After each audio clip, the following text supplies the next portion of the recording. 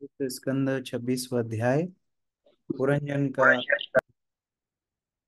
हमने अभी तक देखा किस प्रकार पुरंजन अपने भौतिक जीवन में आसक्त हो गया है। जिस पत्नी के साथ पुरंजन इतना आसक्त था, हमने पिछले अध्याय में देखा था कि जब वो उठती तो वो उठता, जब वो बैठती तो वो बैठता, जब वो हंसती तो वो हंसता, जब वो रोती तो रोता। इतना आसक्त पुरंजन अपनी पत्नी से था। लेकिन देखिए इंद्रिय तृप्ति कितनी प्रबल है। इंद्रिय तृप्ति इतनी प्रबल है कि आज जिस वस्तु से आपको असीमित आसक्ति है, कल वही वस्तु को छोड़ के आप दूसरी वस्तु के पास जाते हैं। ये जीवात्मा की दुर्गति है। अगर वास्तव में आसक्ति होती तो क्या पुरंजन अपनी पत्नी को अकेला छोड़ के शिकार पर बाहर जाता? कभी नहीं जाता। लेकिन अभी पशु हत्या करने के लिए, मांस भक्षण करने के लिए इतना आसक्त हो गया है कि जिस पत्नी से आसक्त था वो आसक्ति छोड़ दी। ये भौतिक जीवन का एक उदाहरण है। हमारा मन जिन वस्तुओं पे आज आसक्त है, जिन वस्तुओं के लिए आज हम कृष्ण भक्ति को छोड़ते हैं, कल वही वस्तुएं हमारे लिए निरर्थक हो जाती हैं, फिर दूसरी वस्तु पकड़ लेते हैं। आज हमको लगता है कि अरे थोड़ा सा आज कोई रिश्तेदार आए हैं, चलो भागवत नहीं पढ़ेंगे। चलो आज शरीर ठीक नहीं है, चलो आज जब ठीक से नहीं करेंगे तो भी चलेगा।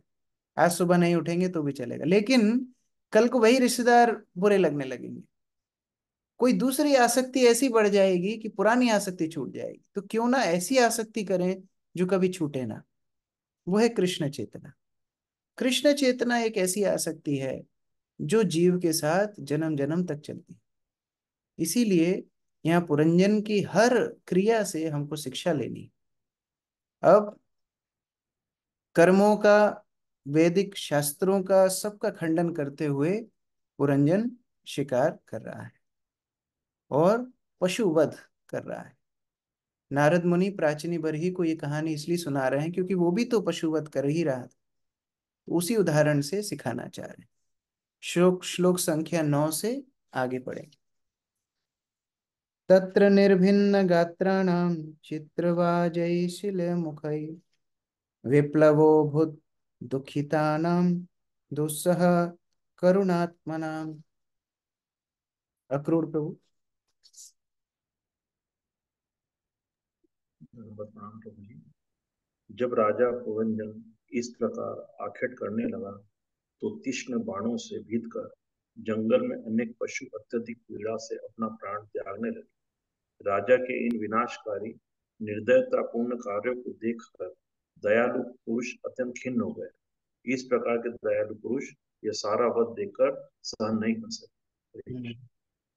राहुल प्रभु तात्पर्य। तात्पर्य, जब आसुरी लोग पशुओं का वध करते हैं तो देवता या भगवान के भक्त इस वध से अत्यंत आहत होते हैं। इस आधुनिक युग की आसुरी सभ्यताओं में विश्व भर में अनेक प्रकार की भगशालाएं, कसाई घर चालू है। धूर्त स्वामी तथा योगी मूर्ख लोगों को मांस खाने तथा पशुओं का वध करने के लिए प्रोत्साहित करते रहते हैं और उसी के साथ साथ वे अपना तथाकथित ध्यान एवं योग भी चालू रखते हैं। ये सारे कार्य अत्यंत जघन्य है और कोई भी दयालु व्यक्ति तथा भगवान का भक्त ऐसा दृश्य देखकर अत्यंत अप्रसन्न होता है। आखेट की क्रिया भी एक भिन्न प्रकार से चल रही है। जैसा कि हम पहले कह चुके हैं, स्त्रियों का आखेट, विभिन्न प्रकार की शराबें पीना, नशे में रहना, पशुओं का वध तथा मैथुन सुख, ये सब अत्याधुनिक सभ्यता के आधार है। वैष्णव जन संसार की ऐसी दशा देखकर अत्यंत अप्रसन्न रहते हैं, इसलिए वे कृष्ण भावनामृत आंदोलन के प्रचार में व्यस्त है। जंगल में पशुओं के शिकार तथा वध, कसाई घरों में पशुओं का सामूहिक वध तथा वैश्यालयों और जो क्लबों और संस्थाओं के विभिन्न नामों के अंतर्गत चलाए जाते हैं तरुणियों का शोषण, इन सबको देखकर भक्तजन दुखी होते हैं। यज्ञ में पशुओं के वध के प्रति अत्यंत दयालु होने के कारण नारद ने राजा प्राचीन बहिर्षद को उपदेश देना प्रारंभ किया। इन उपदेशों में उन्होंने बताया कि मेरे जैसे भक्त मानव समाज में प्रचलित इस प्रकार के वध से अत्यंत दुखी है। इस प्रकार के वध से न केवल संत पुरुष दुखी होते हैं वरन भगवान भी दुखी होते हैं और बुद्ध के अवतार के रूप में प्रकट होते हैं। इसलिए जयदेव गोस्वामी गाते हैं, सदहृदय दर्शित पशु घातम। मात्र पशुओं की हत्या रोकने के लिए भगवान बुद्ध दयावश प्रकट हुए। कुछ धूर्त यह मत व्यक्त करते हैं कि पशुओं के आत्मा नहीं होता अथवा वे जड़ है। इस प्रकार वे अपना औचित्य स्थापित करते हैं कि पशु की हत्या में कोई पाप नहीं होता। वस्तुतः पशु जड़ नहीं है, उनका वध करने वालों का हृदय जड़ होता है। अतः उन्हें कोई तर्क या दर्शन नहीं आता। वे कसाई घरों को चालू रखते हैं और जंगलों में पशुओं का वध करते रहते हैं। निष्कर्षतः जो व्यक्ति नारद जैसे साधु पुरुषों एवं उनकी परंपरा के उपदेशों की परवाह नहीं करता, वह निश्चय ही नष्ट प्रज्ञ की क्रोटी में पहुंचकर नरक को जाता है। तो शिकार का मतलब हमने पहले भी चर्चा की थी, 9 द्वारों से ये पुरंजन 9 स्थानों में जाता था। तो हर इंद्रिय का अपना शिकार है। आंखों का शिकार है दृष्टि, जिह्वा का शिकार है स्वाद, हाथों का शिकार कुछ और है, पैरों का शिकार कुछ और है। हर इंद्रिय का अपना अपना शिकार है। तो ये पुरंजन रूपी जीव अपनी इंद्रियों से शिकार रूपी इंद्रिय भोग में लगा रहता है।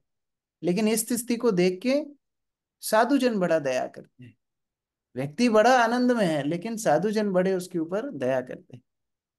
जैसे रामचंद्र रामचंद्र कविराज के विवाह हो रहा था। ये आचार्य हैं, और रामचंद्र कविराज का ही विवाह शायद, मैं जहां तक याद है मुझे, उन्हीं का विवाह हो रहा था। वो घोड़े पे बैठ के जा रहे थे, तो नरोत्तम दास ठाकुर श्रीनिवास आचार्य वहां से गुजर रहे, और उन्होंने उनको देख करके विलाप करने लगे, हंसने लगे कि देखो अभी इसका जीवन खत्म हो जाएगा।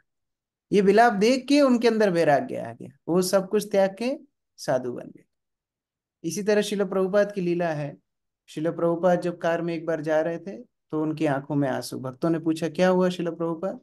प्रभुपाद बोले देखो ये सब युवा युवतियों को देखो, ये सब कृष्ण से विरह में कितना दुख में है। हमको बाह्य दृष्टि से दिखता है कितना आनंद कर रहे हैं, अमेरिका में युवा युवती कितना आनंद कर रहे हैं, लेकिन प्रभुपाद देख रहे हैं कितना दुख में है। तो इसी तरह साधु जन हमारी इंद्रियों के भोग को देख करके दुखी होते हैं। कह रहे ये जीव कृष्ण की सेवा के लिए बना है, लेकिन देखिए कितनी दुर्दशा हो गई है कि अभी इंद्रिय भोग ही इसके जीवन का लक्ष्य बन गया है। साशान वराहम महिषाम गवयान रोरुशाल्यकान मेध्यान अनायांश्च विविधान विनिघ्नन श्रमम अध्यगात। रेखा माता जी। इस प्रकार राजा पुरंजन ने अनेक पशु का वध किया, जिसमें खरगोश, सुअर, भैंसे, नीलगाय, श्याम हिरण, साहिल तथा अन्य शिकारी जानवर शामिल थे। लगातार शिकार करते रहने से राजा अत्यधिक थक गए। और यही है इंद्रिय भोग। एक इंद्रिय से संतुष्टि नहीं होती है, अलग अलग वैरायटी चाहिए। वास्तव में अगर इंद्रिय भोग में संतुष्टि होती, तो जीव अलग अलग वस्तुओं पे क्यों जाता? मान लो खाने में संतुष्टि है, तो एक बार खाने की संतुष्ट हो जाना चाहिए, लेकिन नहीं, 2 घंटे बाद फिर कुछ अलग खाना है। आपकी फेवरेट से फेवरेट डिश भी रोज आप नहीं खा सकते। इसी तरह अलग अलग पशुओं को राजा पुरंजन मार रहा है, क्योंकि वास्तव में सुख तो है नहीं, केवल प्रयास है। और इस प्रयास को करते करते जीवात्मा थक जाता है। ये भौतिक संसार का सामान्य लक्षण है। आरती माता जी। तात्पर्य, तमोगुणी मनुष्य अनेक पाप कर्म करता है। श्री रूप गोस्वामी अपने भक्ति रसामी सिंधु में कहते हैं कि मनुष्य केवल अज्ञानवश पापी बनता है। पाप में जीवन का परिणाम होता है कष्ट भोगना। जो नियमों को नहीं जानते और आदर्श नियमों का उल्लंघन करते हैं, वे कानून द्वारा दंडित होने के पात्र होते हैं। इसी प्रकार प्रकृति के नियम भी बड़े कठोर होते हैं।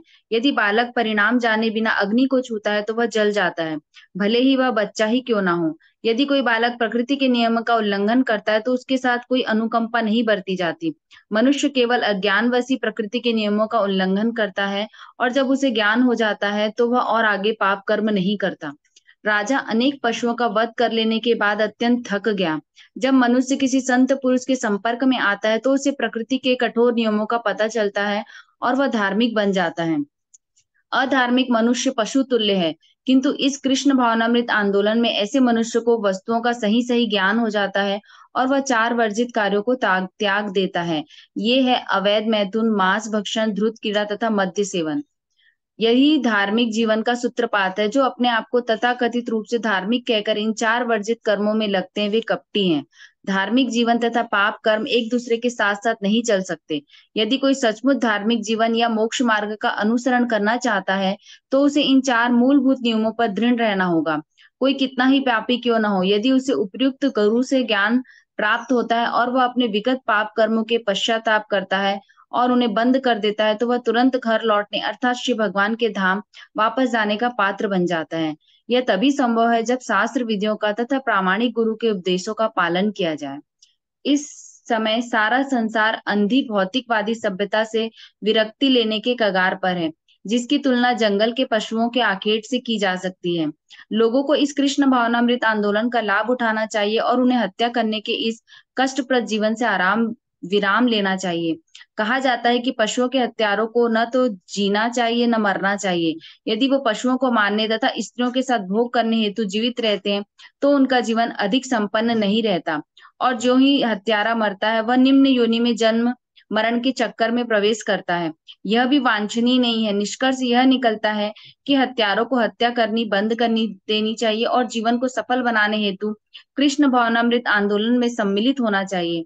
आत्महत्या करके ऐसा भ्रमित एवं हताश व्यक्ति कभी विश्राम प्राप्त नहीं कर सकता, क्योंकि आत्महत्या से उसे निम्न योनि में जाना होगा या भूत प्रेत बनना होगा, क्योंकि उसे स्थूल देह नहीं प्राप्त होगा।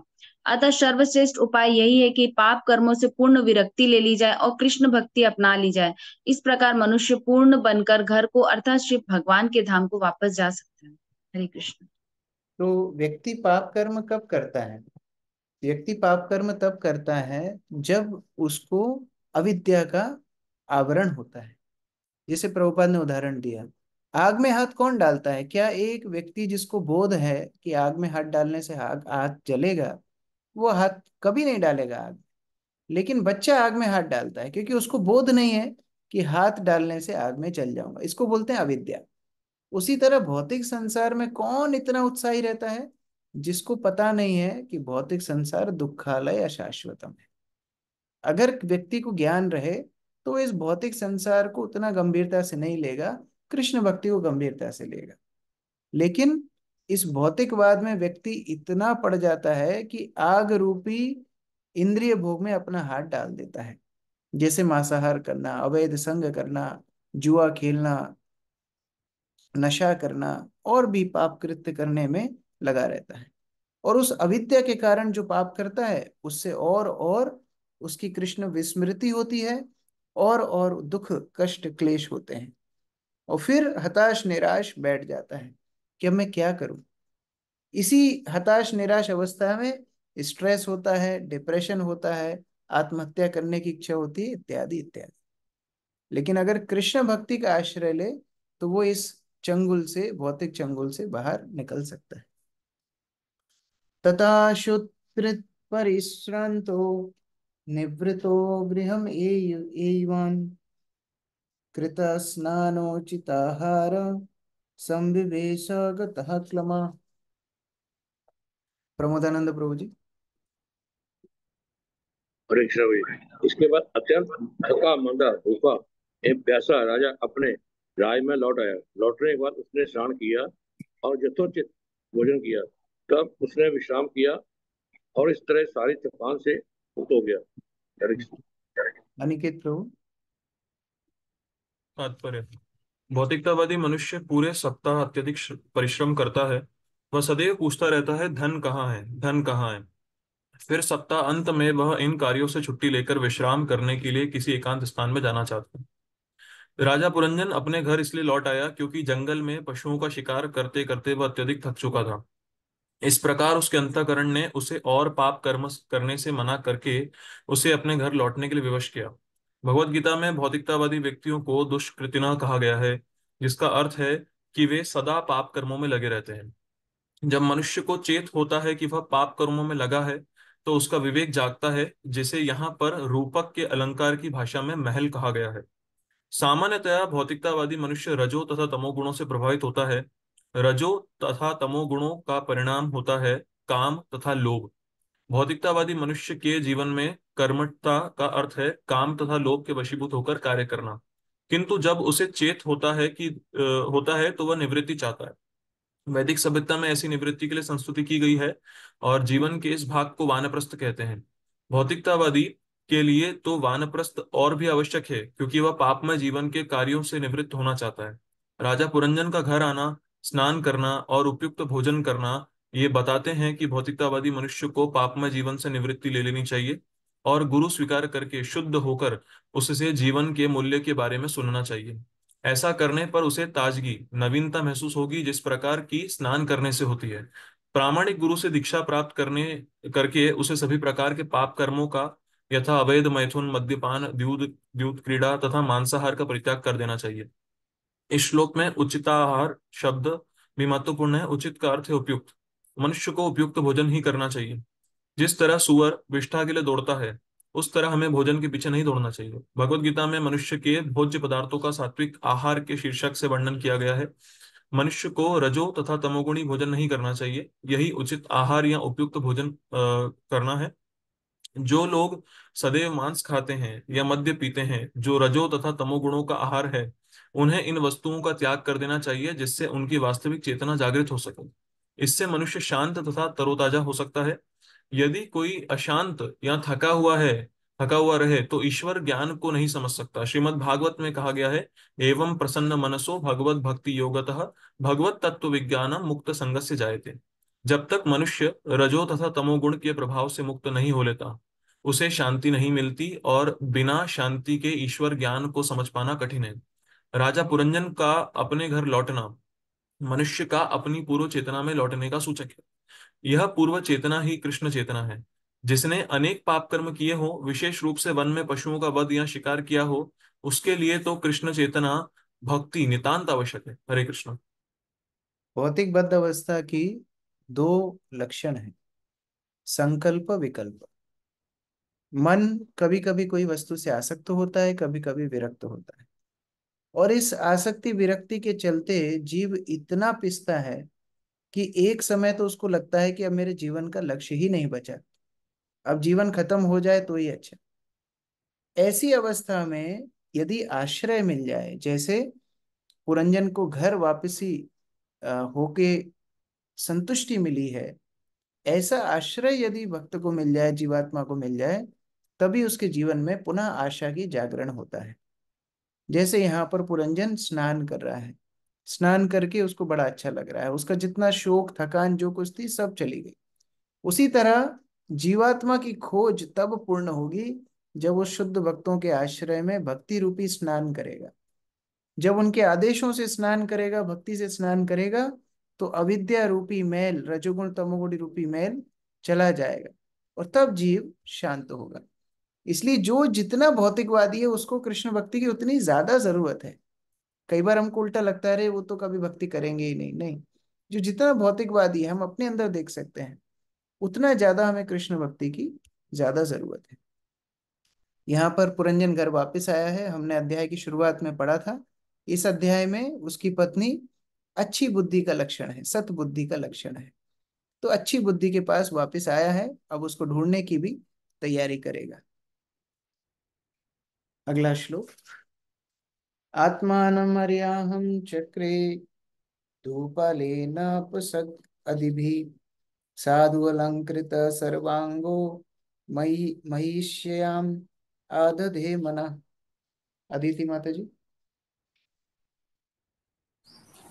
तत्पश्चात राजा पुरंजन ने अपने शरीर में उपयुक्त आभूषण धारण किए।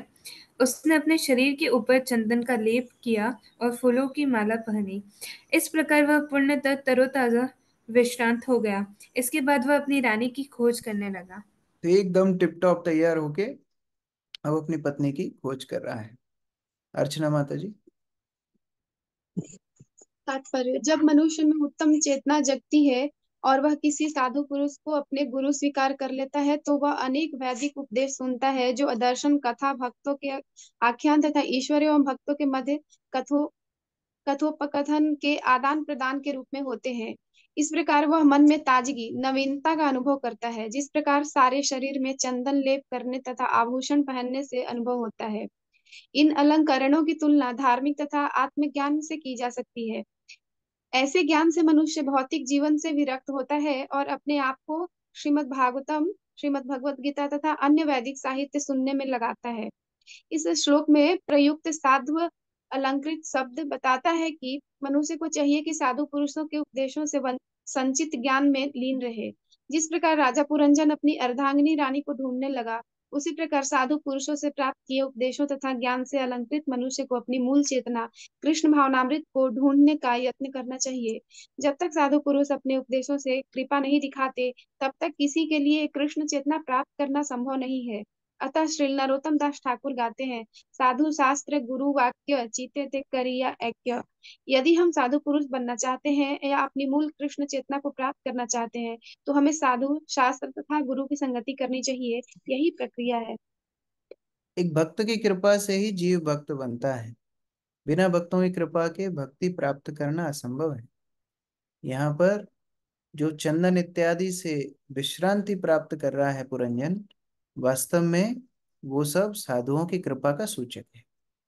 जैसे चंदन शीतलता भी देता है, सुगंध भी देता है, ऐसे ही साधुओं की संगति जीव के जीवन में संतुष्टि तो लाती है व्यक्तिगत रूप में, और उस जीव को इतना सामर्थ्य बना देती है कि वो दूसरों को भी मदद करता है। जैसे चंदन लगाने वाला स्वयं तो आनंद प्राप्त करता ही है, दूसरों को भी खुशबू आती है। तो ऐसा जीव जो अपने जीवन में हताश निराश था, साधुओं की कृपा से स्वयं भी संतुष्ट होता है और दूसरों को भी सुगंध बांटता है। ये भक्तों की कृपा का महत्व है। तृप्तोरिष्टा सुदृष्पतश्च कंदार्पकृष्ट मानसा नाव्याचिष्ट वरारोहान गृणीम गृह मेधिनीम। मंजू माता जी। भोजन कर लेने तथा अपनी भूख और प्यास बुझा लेने के बाद पुरंजन को मन में कुछ प्रफुल्लता महसूस हुई। वह उच्चतर चेतना तक न पहुंचकर कामदेव द्वारा मोहित हो गया और अपनी पत्नी को ढूंढने की इच्छा हुई, जिससे वह ग्रस्त जीवन में प्रसन्न कर रखा था। हरे कृष्ण। भूमिका माता जी। तात्पर्य, जब यह श्लोक उन लोगों के लिए महत्वपूर्ण है जो अपने को कृष्ण चेतना तक ऊपर उठाना चाहते हैं। जब कोई भक्त गुरु से दीक्षा लेता है तो वह अपनी आदतें बदल देता है और मांस खाना, अवैध मैथुन करना, जुआ खेलना तथा शराब पीना छोड़ देता है। शास्त्रों में सात्विक आहार के अंतर्गत गेहूं, चावल, तरकारी, फल, दूध, चीनी तथा दूध की वस्तुएं बताई गई हैं। चावल, दाल, रोटी, तरकारी, दूध तथा चीनी जैसे सामान्य आहार संतुलित होते हैं, किंतु कभी कभी यह देखा जाता है कि दीक्षा प्राप्त पुरुष प्रसाद के नाम पर अत्यंत विलासी भोजन करता है। अपने पूर्व पापमय जीवन के कारण वह कामदेव द्वारा आकृष्ट होता है और खूब ढक कर अच्छा भोजन करता है। यह स्पष्ट देखा गया है कि जब नव दीक्षित कृष्ण भक्त अधिक भोजन करता है तो उसका पतन हो जाता है। वह शुद्ध कृष्ण चेतना भक्ति तक न उठकर कामदेव द्वारा आकृष्ट हो जाता है, तथा कथित ब्रह्मचारी स्त्री के द्वारा विचलित हो जाता है और वानप्रस्थ पुनः अपनी पत्नी से संभोग करने के लिए आकृष्ट होता है, अथवा वह किसी नई पत्नी की तलाश करने लगता है। हो सकता है कि भावनावश वह अपनी पत्नी छोड़कर भक्तों एवं गुरु की संगति में चला जाए, किंतु अपने पूर्व पाप कर्मों के कारण वह वहां ठहर नहीं पाता। वह कामदेव द्वारा आकृष्ट होने से कृष्ण चेतना को प्राप्त करने के बजाय नीचे गिर जाता है और इंद्रिय सुख के लिए दूसरी पत्नी ले आता है। जो नारद अदंत मुनि ने इंद्रियां हैं, जिनकी इंद्रियां वश में नहीं है, कुछ भी बोलते हैं, कुछ भी खाते हैं, वो कभी काम वासनाओं के ऊपर जय नहीं कर पाए, कभी नहीं कर पाए। इसलिए रूप गोस्वामी उपदेशामृत में बोलते हैं, पहले वचन पर संयम हो, हमारी वाणी पर पहले संयम। हम क्या बोल रहे हैं, किसको क्या वचन बोल रहे हैं, ये संयम अगर शुरुआत नहीं है तो फिर काम वासनाओं पे कभी, जो वाचाल हैं, जो कुछ भी बोलते हैं, बिल्कुल संयम नहीं है, काम वासनाएं कभी संतुलित नहीं होंगी। और दूसरा, खाने पीने के ऊपर जिनका नियंत्रण नहीं है, उनकी भी वासनाएं कभी संतुलित नहीं। दोनों को अपनी वासनाएं संतुलित करना है। आयुष प्रभु पढ़िए आगे। श्री नारद मुनि श्रीमद् भागवतम में कृष्ण चेतना से भौतिक जीवन में नव जिज्ञासु भक्त के पतन का वर्णन किया है। त्यक्त्वा स्वधर्मं चरणाम्बुजं हरे भजन् पक्वो अथ पते ततो यदि यत्र को वा भद्र मभूदमुष्य किं को वार्थ आप्तो अभजताम स्वधर्मतः। इससे सूचित होता है कि यद्यपि नव जिज्ञासु भक्त अपरिपक्वता के कारण कृष्ण भावनामृत से नीचे गिर सकता है, किंतु उसकी कृष्ण सेवा व्यर्थ नहीं जाती। किंतु जो व्यक्ति गृहस्थ जीवन में अथवा तथाकथित सामाजिक एवं पारिवारिक कर्तव्यों में अडिग रहता है लेकिन कृष्ण भक्ति नहीं करता, उसे कोई लाभ नहीं होता। जो व्यक्ति कृष्ण भावनामृत को स्वीकार करता है उसे अत्यंत सावधान रहना चाहिए और वर्जित कार्यों से दूर रहना चाहिए, जिसका उल्लेख श्री रूप गोस्वामी ने उपदेशामृत में किया है। अत्याहार प्रियाश्च प्रजल्पो नियम आग्रह जनसंघर्ष लौल्यम च षड्भिर्भक्तिर्विनश्यति। नव जिज्ञासु भक्त को न तो ज्यादा खाना चाहिए और न ही आवश्यकता से अधिक धन संग्रह करना चाहिए। अधिक खाना और अधिक धन संग्रह करना अत्याहार कहा जाता है। इसे अत्याहार के लिए मनुष्य को काफी प्रयत्न करना पड़ता है। यह प्रयास कहलाता है। हो सकता है कि ऊपर ऊपर से कोई अपने आप को विधि विधानों के प्रति अत्यंत निष्ठावान दिखाए, किंतु साथ ही भीतर भीतर उनके पालन करने में दृढ़ न रह सके। यह नियम आग्रह कहलाता है। अवांछित व्यक्तियों के साथ मिलने से अर्थात जनसंघ से वह काम तथा लोभ से दूषित हो जाता है और भक्तिमय सेवा के पद से नीचे गिर जाता है। हरे कृष्ण। इसीलिए हमारी इंद्रियों का दमन हमारे भक्ति जीवन के लिए बहुत महत्वपूर्ण है। ये उपदेशामृत के पहले 4 श्लोक सभी भक्तों को याद होने चाहिए। जिन भक्तों को याद नहीं है आप लोग याद कर सकते हैं। भक्ति के लिए बहुत महत्वपूर्ण है कि किन विषयों से हमको दूर रहना है, किन वस्तुओं में हमको आगे बढ़ना है। बहुत महत्वपूर्ण श्लोक है। तो आगे पुरंजन अपनी पत्नी को ढूंढेगा। क्या कारण है कि पत्नी सामने नहीं आ रही, उसकी खोज करने का प्रयास करेगा। उसकी पत्नी उसके ऊपर नाराज होगी, कैसे उनको मनाएगा, ये सब आगे कल पढ़ेंगे। हरे कृष्ण। ग्रंथराज श्रीमद् भागवतम की, श्री प्रभुपाद की जय। बहुत ही अच्छी सूचना है। इस ग्रेस राधे श्याम प्रभु मंदिर में आए हैं, अभी अभी आधे घंटे पहले ही उनका आगमन हुआ है। तो जो भक्त उज्जैन में हैं, आप लोग कृपया करके एक भी प्रोग्राम उनका मिस मत कीजिए। प्रभु जी साल में एक बार ही आते हैं और उनका साक्षात्कार, उनकी निष्ठा हमारी भक्ति के लिए बहुत महत्वपूर्ण है। अभी हमने पढ़ा कैसे पुरंजन साधुओं की कृपा से शीतलता प्राप्त किया है। तो जब हम ऐसे साधु जनों के चरणों में बैठ के सुनते हैं, घर में बिस्तर में पड़े रह के यूट्यूब में नहीं, जब मंदिर में आके उनके चरणों में बैठ के सुनते हैं, तो शीतलता का अनुभव, उनकी कृपा दृष्टि हमारे ऊपर पड़ना जरूरी है। इसीलिए आप लोग प्रयास कीजिए।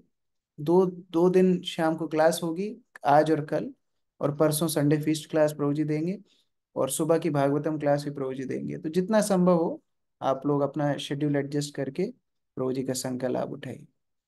हरे कृष्ण। प्रभुपाद की जय। समवेत भक्त वृंद की जय।